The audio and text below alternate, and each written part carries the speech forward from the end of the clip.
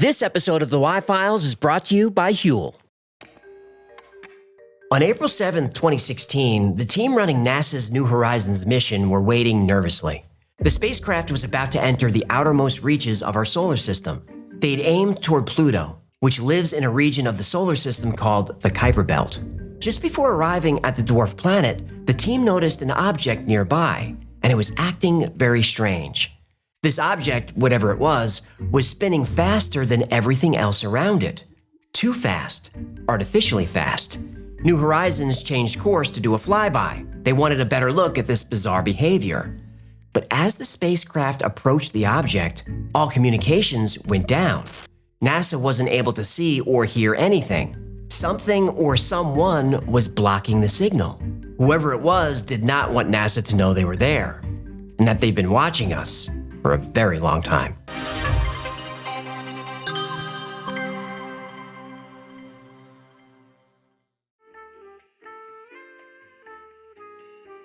Human, perfect. Look, I need your help. No, hi, how are you? Oh, I'm sorry. How rude of me. Hi, how are you? Are you having a good day? Everything good with you? Well, I'm having a pretty good day. About to have some lunch. How about you? I told you I need your help. This is an emergency. Okay, what's going on? Well, this month is my turn to host my pinochle group.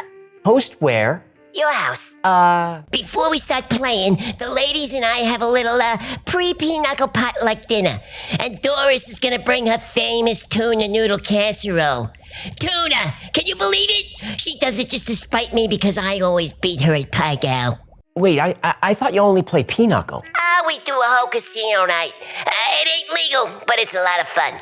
Okay, I get it. I want to eat. What do you want? I gotta make something delicious that will blow her stupid casserole out of the water. Hey, get it? One more pun and I'm hanging up. Okay, sorry. Look, can you help me out?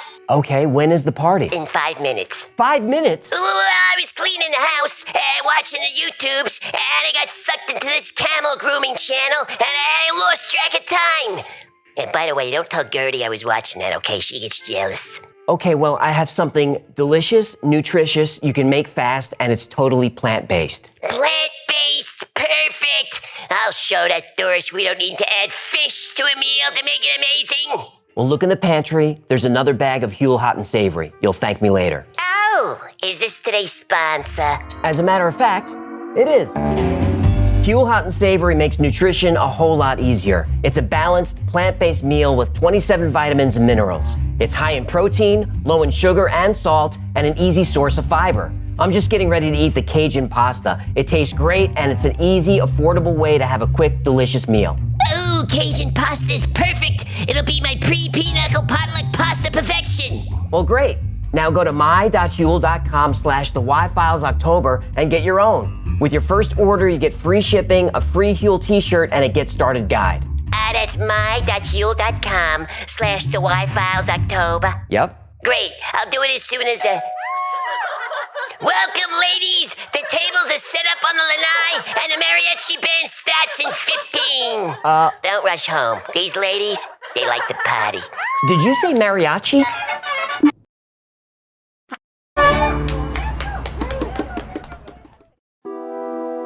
The Kuiper Belt is a donut-shaped region of space way out on the far end of the solar system, and it is a huge region of space. Its inner edge begins at the orbit of Neptune at about 30 AU from the Sun. Now, 1 AU, or astronomical unit, is the distance from the Earth to the Sun. So the inner edge of the Kuiper Belt is about 2.8 billion miles from the Sun. Then it extends for about another 4.5 billion miles. Now, beyond the Kuiper Belt is a structure called the Oort cloud, and that place is way farther, much bigger, and really strange. We'll cover the Oort cloud in another episode. Now, the existence of the Kuiper Belt was first hypothesized in 1943 by Irish astronomer Kenneth Edgeworth. He felt there was a reservoir of comets and asteroids residing in the solar system beyond the planets. Edgeworth was right, and the Kuiper Belt was finally visually confirmed in 1992. David Jewitt and grad student Jane Liu discovered the first Kuiper Belt objects, or KBOs. Now, KBOs are the various comets, dwarf planets, asteroids, and other icy bodies that make up the Kuiper Belt. Jewitt and Liu named their discovery as a tribute to Gerard Kuiper. who's considered to be the father of planetary science.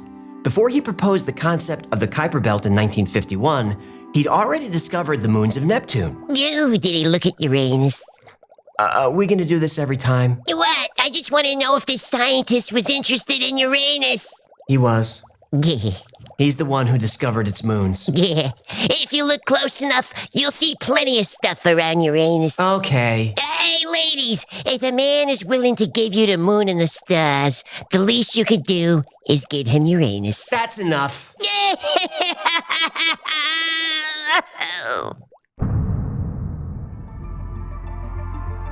We've been aware of the Kuiper Belt for a long time, but didn't realize it.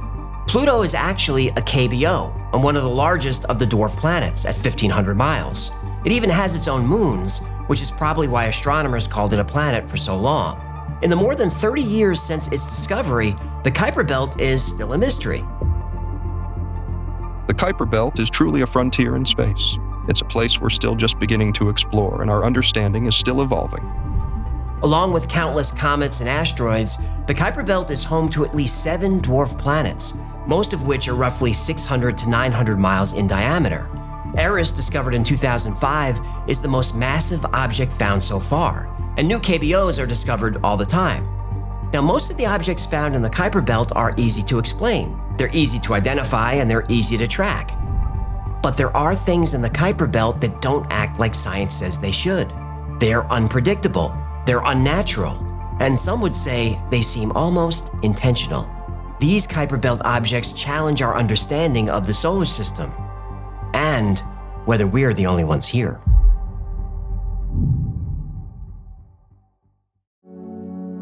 On May 12, 1994, Michael Irwin and Anna Zhitkov were working late. Yeah, and the shitkoff? Anna Zhitkov. What'd I say? They were the on-duty astronomers at the Roca de los Muchachos Observatory in the Canary Islands. It was a quiet night like any other night. And then they spotted something. It glowed and then dimmed. It glowed and then dimmed. This was different than any other object around it. It glowed and dimmed in a regular rhythm, every 5.5 hours, which by space standards is fast, insanely fast, too fast. So fast, the centrifugal force should rip a regular KBO apart. Most Kuiper Belt objects are bits of dust and ice. They shatter like glass. Anna and Michael had never seen anything like this. According to science, this object shouldn't even exist. This gave the astronomers an ominous feeling. Current technology didn't allow them to get a good enough look to fully identify it. So they named it after the Welsh god of the underworld, Arawn. 23 years later, technology caught up. We were finally able to get close enough for a look. In April 2016, NASA's New Horizons mission reached the Kuiper Belt. Next stop, Arawn. It was on the way to Pluto, the perfect flyby opportunity to answer a decades-old question. What the heck is this crazy spinning object at the end of the solar system? But just as New Horizons moved in for the close-up, things went dark. Nothing worked. There had been what's called a CPU safing event that put New Horizons into safe mode. Safe mode shuts down all essential systems and is triggered automatically when the spacecraft detects something unusual. But the team was stumped. After a few hours of the craft running in safe mode, one NASA engineer approached his supervisor with a terrifying idea. The engineer looked around as if to reveal a secret and then quietly said, "It seems like someone is jamming the signal," as if they were aware of our presence and didn't want us to see what they were doing. And the way Arawn spun, that insanely fast 5.5-hour rotation, no one had figured that out yet in over 20 years since first seeing it. And those who tried to understand the spin agreed. Arawn's movements seemed artificial. It was creating its own gravity within the interior of the object. Now, the concept of spin gravity wasn't new to NASA. NASA started experimenting with artificial gravity in the 1960s. Experts have developed ideas for space stations filled with small towns and farms and parks. The space station could be designed as a giant spinning cylinder. Each of these structures could rotate to create artificial gravity along the inner surface. We've seen this concept in science fiction over and over again. But science fiction is about as far as these ideas have gotten. Test results on artificial gravity are always the same. Humans are not well suited to it. When exposed to artificial gravity, we're subjected to what's known as Coriolis force deviation. This causes motions going in a straight line to bend, often quite a lot. Coriolis causes motion sickness and all sorts of other dysfunctions. Humans living in artificial gravity do not do well. Basically, we puke and die. Doesn't take a rocket scientist to know that vomit on a space station is a problem. But Around was spinning in a way that seemed like someone was controlling it. And if there is someone controlling the object, they don't want to be seen. And of all the places in the solar system, the Kuiper Belt is the best place to hide. The Kuiper Belt is 30 to 50 times farther away from the sun than we are. At that distance, things get really dark. Also, the Kuiper Belt is littered with random, oddly shaped objects. It wouldn't be hard to hide amongst the mess. These were the kinds of questions being asked when New Horizons went dark. Now, after a while, the spacecraft drifted away from Around. Suddenly, New Horizons came back to life, booted up, and the journey into the Kuiper Belt continued as planned. But what just happened? And how did it happen? But before these questions could be answered, someone realized Around wasn't alone in its odd behavior. New Horizons was surrounded by KBOs acting strangely. It was like something was bending the laws of physics. And the deeper New Horizons moved into the darkness, the more they realized they weren't alone.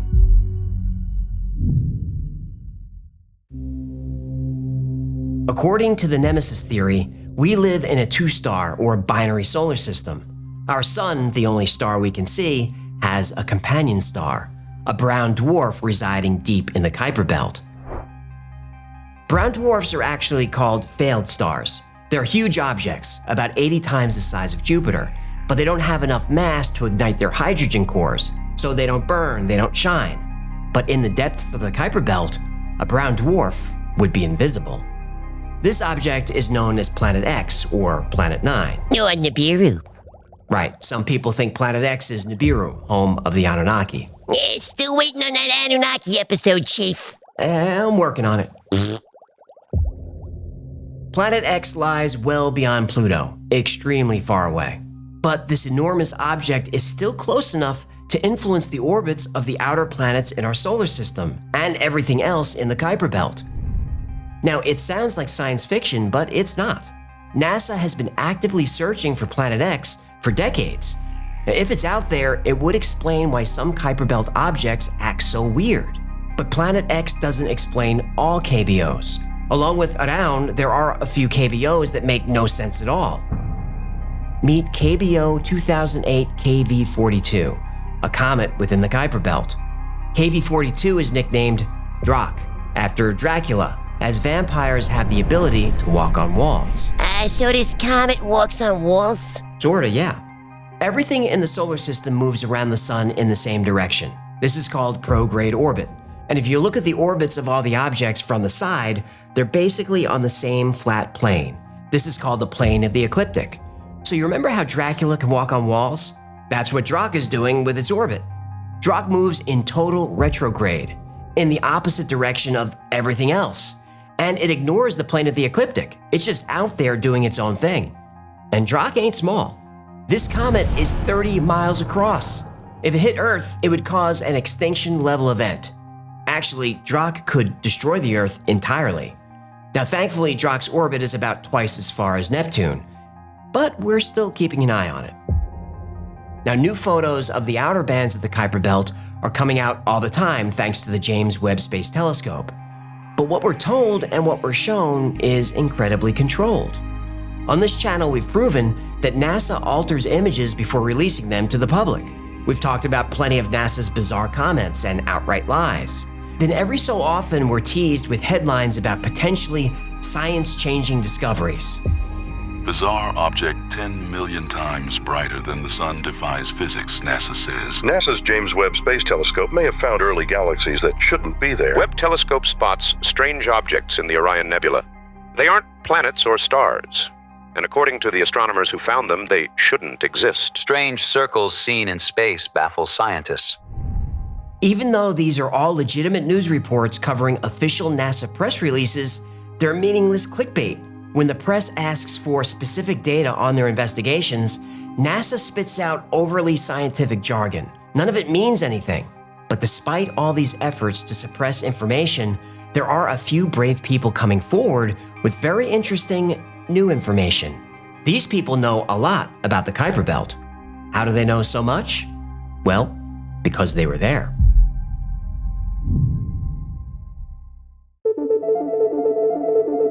Rebecca Rose was only 4 years old the first time it happened. She woke up from a deep sleep with a sense she wasn't alone. She tried to move, to cry out. She couldn't. She was paralyzed. Several strangers were in her bedroom. They hovered silently over her bed, but she couldn't make out their faces. Then there was a flash of blinding bright light and the rush of cold air. For a brief moment, Rebecca felt weightless. When her eyes adjusted, she realized she wasn't in her room anymore. She tried to move, but she was still paralyzed and now strapped to a metal table.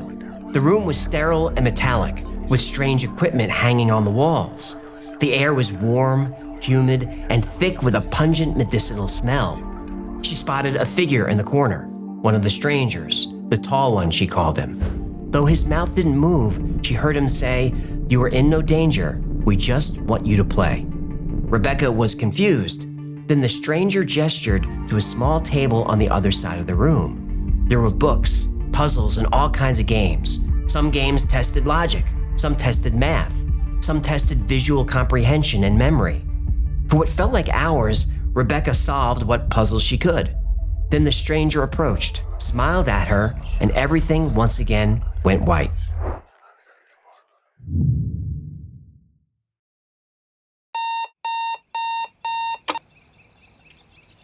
Rebecca opened her eyes and saw she was back in bed, and just in time for school. As far as she knew, she was unharmed, except for a persistent nosebleed. Rebecca went to school like any other day. The memories of her experience faded quickly, like when you lose the details of a dream. So by the time Rebecca was being tucked into bed that night, she barely remembered anything at all. She peacefully drifted off to sleep, but soon she'd realize this was only the beginning.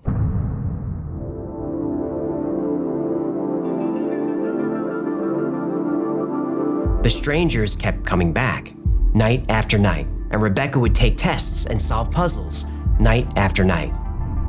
As these experiences became more routine and as she got older, Rebecca was able to learn more about what was happening to her.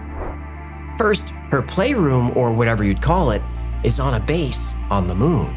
From her window, she could see a sprawling complex of buildings built into the familiar white cratered landscape. And eventually, Rebecca realized the strangers weren't human. She was being abducted by aliens of many different races. She saw mantids who resembled large praying mantises. She mostly saw aliens that we would call Greys. During one of her sessions, the Greys activated Rebecca's psychic abilities. All humans have this gift, but very few of us have access to it. The puzzles and tests Rebecca had been taking over the years were actually a psychic training program to teach Rebecca how to access and control her psychic abilities. Once Rebecca became skilled in telepathy, she was forced to telepathically interface with beings who were being held captive on the base. Some of the beings looked human, others didn't, but she was able to feel that they were all sentient and aware of what was happening to them, and she could sense they were all terrified. Through the telepathic interface, Rebecca extracted DNA samples. For what purpose, she didn't know, and she didn't ask. After 4 years of intense training, Rebecca was summoned to a meeting. She saw mantids and Greys, but she also saw men dressed in military uniforms. They sat her down and said, "Rebecca, your training is over. You're ready." Rebecca asked, "Ready for what?" They finally told her why she'd been visiting the moon base for the last 4 years, and why she was taken from her family, why she had to interface with alien species, and why she was taught to develop her psychic powers. They said, "Rebecca, you're joining the Dark Fleet."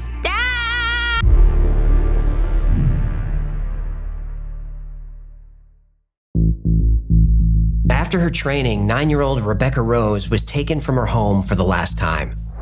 She was brought to the Great Lakes Naval Station and put through trauma-based mind control programming. This was done using techniques perfected in the CIA's MK Ultra project. Next, she's strapped to a seat and sent through a jump gate. Jump gates are portals that can transport people and objects across huge distances instantly. Rebecca would now begin her 20-year mission, and so she jumped.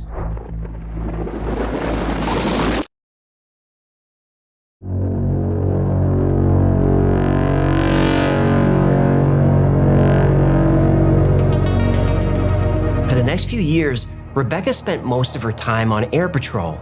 The Mars Defense Force used retrofitted helicopters to protect the area around the Dark Fleet base on Mars. Protect the base from what? Indigenous Martian life, like the mantids and reptilians. Lizard Martians? Yep. Primary mission was to protect the base, but if she could capture an alien to acquire its technology, that would be even better. Oh, it's very hard to snatch a lizard Martian. They're crafty. Well, that may be true, but Rebecca was given cybernetic enhancements to turn her into a super soldier. Enhancements focused on optimizing physiology, enhancing psychic abilities, increasing durability and combat effectiveness. She also had advanced armor and weapon systems directly integrated with her body and her cybernetic technology. This is one tough broad. She was. Because of her cybernetic systems and enhanced abilities, Rebecca was an extremely valuable asset to the Mars Defense Force. Maybe too valuable. Wait, what do you mean? Toward the end of her 20-year tour, Rebecca was sold to the Draconians. Not the Draco.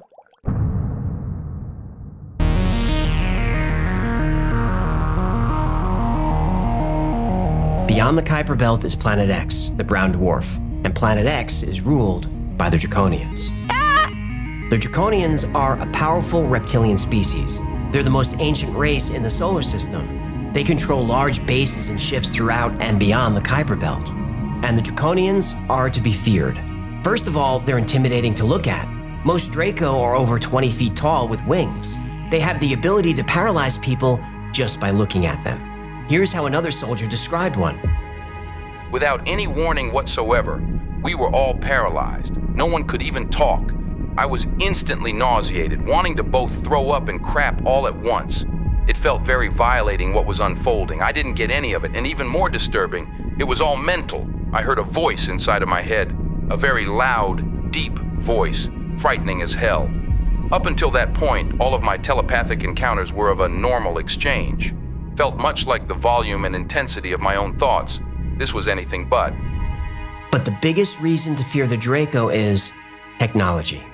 They've mastered advanced holographic technology, psychic manipulation, and portal tech far beyond anything humans have. So Rebecca was sold to the Draco as part of a diplomatic trade package. Basically, take our best soldiers and please don't kill us.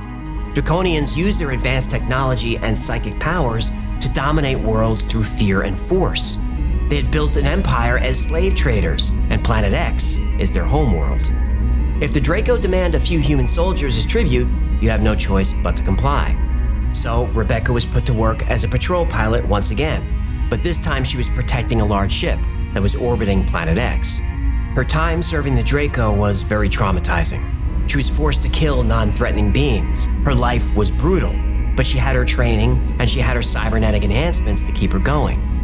But there was light at the end of the tunnel for Rebecca. Her 20-year commitment was about to end. There was a roar in her ears, a flash of bright light, and the familiar feeling of weightlessness. Then, silence.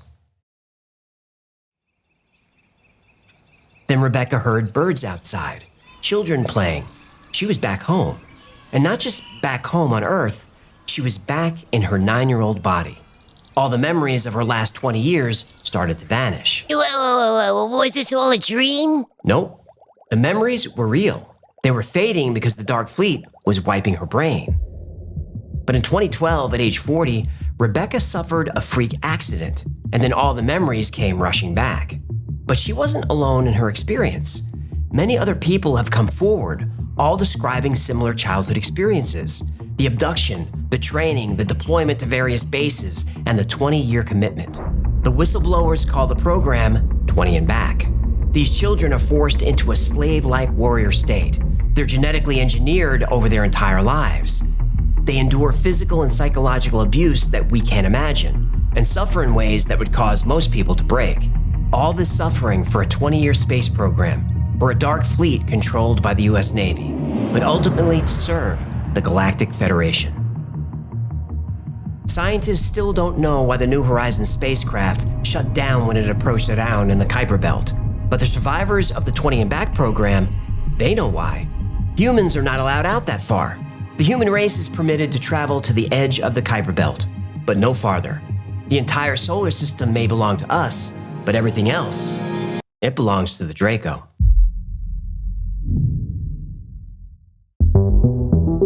There are many people who claim to be veterans of the 20 and Back Space Force program. It's a complex topic and deserves its own episode. So if you'd like to see that, let me know. But I will cover this in more detail on the podcast. So is the 20 and Back story or the Dark Fleet true? Probably not. Almost definitely not. It's hard to know for sure where the story started because there's a lot of drama around it. Most people believe it started with Corey Goode. Between the age of 16 and 17 years old, I was transported to the moon, and after 20 years, I was age regressed back in time and then returned to civilian life. He came on the scene around 2010 with the story of being recruited as a child into a secret space program. He made a big splash with the story and gained a large following. But he admits that some of the story is real and some is made up. What does it matter if it's real or not? I'm asking you whether it was dramatization or was it real? It's a real part of my dream or delusion, of whatever you want to call it. I created all of this. But which memories are real and which are not? He doesn't know. Some of these memories could be real or they could be creation. I'm not exactly sure. If he can't tell which memories are real, then how are we supposed to know if any of this is true? Hey, by the way, that doesn't look like an interview. It's sort of an interview. He's being deposed by an attorney. Oh. Uh-oh. Yeah, Corey is suing people claiming that he owns the story about 20 and Back and the secret space program. If the story's true, how can you sue people over it? Like I said, the 20 and Back is my creation. It's a part of my intellectual property. Me creating it means it came out of me and that it is my story and it was never anywhere before. But it's possible Corey Goode didn't invent the story at all. Michael Relfi published a series of books called The Mars Records in the year 2000, long before Corey Goode showed up. And Relfi talks about child recruitment, psychic training, age regression, reptilians, and a lot of the same things in the 20 and Back story. And you might remember Al Bielek from a few of our other episodes. He also talked about age regression and being sent back in time for a mission. After I jumped off the Eldridge and went to the year 2137. Well, I thought you went to the year 1983, though. That was the last stop. But Corey says the story is his, and he's very protective of his intellectual property, especially the secret space program. He even tried to trademark that. Why couldn't someone else talk about their experience in a secret space program? As long as they don't talk about the stuff that I created based on my real IP here. It says I created a lot of the stuff. I created Dark Fleet. Dark Fleet didn't exist before I talked about it. And look, if you invented the story, by all means, trademark it. People will come in and they will say, oh, okay, I was in the secret space program too, and all of these things that Corey has talked about, I was a part of that too. Well, guess what? The stuff that I've talked about, some of it created out of my mind. But Bill Cooper was on CNN in 1992, and he was talking about a secret space program. Pluto was the application of that technology to our own secret space program, not the public space program. There are two different space programs. One is what the public gets to see, which is overseen by NASA, and the other one is a secret space program that nobody gets to see, which is really overseen by the Navy Department under specialized, compartmentalized black projects. So lots of aspects of the story have been around for a long time. Here's how it seems to work. Every time someone new joins the 20 and Back bandwagon, they bring their own favorite sci-fi storyline. Then each person's story evolves, feeding off the other. But who knows, maybe Corey Goode is telling the truth. You can watch his deposition online and decide for yourself. True or not, it's a great story. TM. But aside from this one area, most of what we talked about within the Kuiper Belt is real. Kinda. Now the object Adon is weird, and I'll be grateful to never say that word again after today. Now there are plenty of videos describing the comet and its behavior, but nobody has yet to explain it. And even though NASA did lose contact with New Horizons at one point in time, there's no official record of New Horizons breaking down while flying by Adon in 2016. NASA says the New Horizons mission was an overall success, so it's unclear where the story about the total control blackout came from. There was a brief loss of communication on July 4th, 2015, 10 days before New Horizons was due to fly by Pluto, but they were down for an hour. All the other details came from a YouTube video. Never trust what you hear in a YouTube video. Oh, that's for sure. Now, Planet X probably is real, though NASA prefers to call it Planet 9. I prefer to call it Nibiru.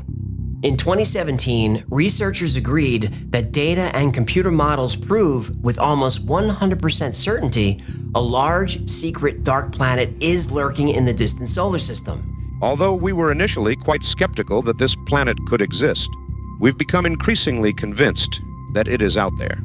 For the first time in over 150 years, there is solid evidence that the solar system's planetary census is incomplete. Drak is also real. I don't know if it has anything to do with the draconian species who allegedly control the solar system, but Drak does fly in retrograde. It's thought humans will one day turn the Kuiper Belt into a gas station, a stopping off point on our way to deep space. But for now, the Kuiper Belt is one giant mystery. Now, my gut tells me there is something important going on up there, something which influences life here on Earth. But there's no way to know for sure until we send spacecraft to the Kuiper Belt to see for ourselves. And maybe one day we'll do that. That is, if the Draco say it's okay.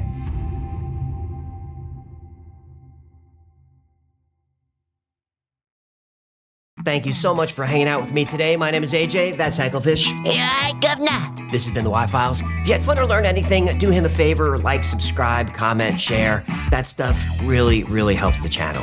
And like most topics we cover here, today's was recommended by you. So if there's a story you'd like to see or learn more about, go to theyfiles.com/tips.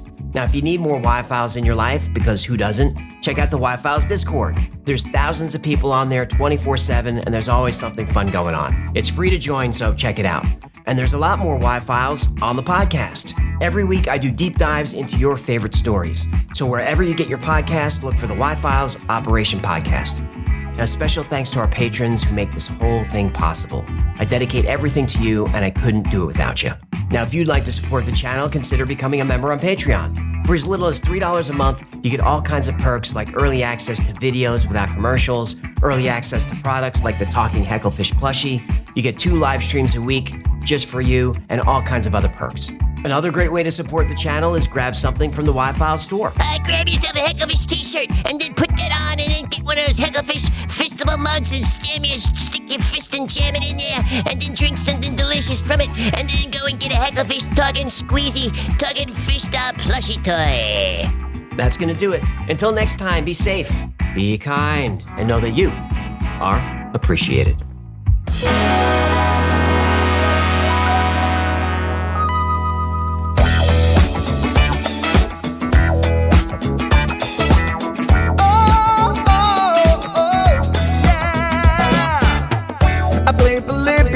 In Area 51, a secret code inside the Bible said I would. I love my UFOs and paranormal fun, as well as music, so I'm singing it like I should. But then another conspiracy theory becomes the truth, my friends, and it never ends. No, it never ends.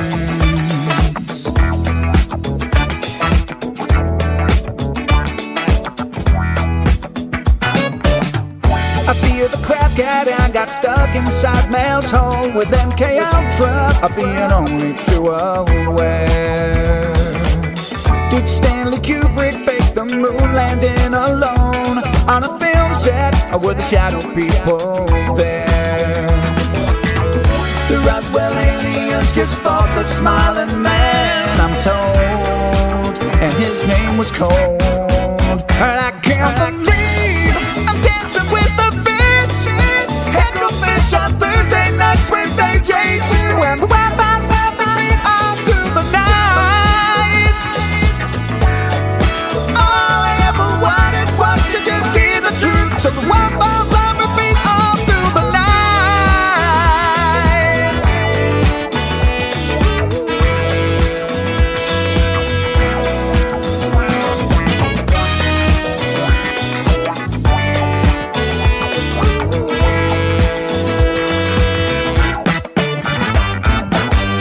The Mothman sightings and the solar storm still come to Agatha, the secret city underground.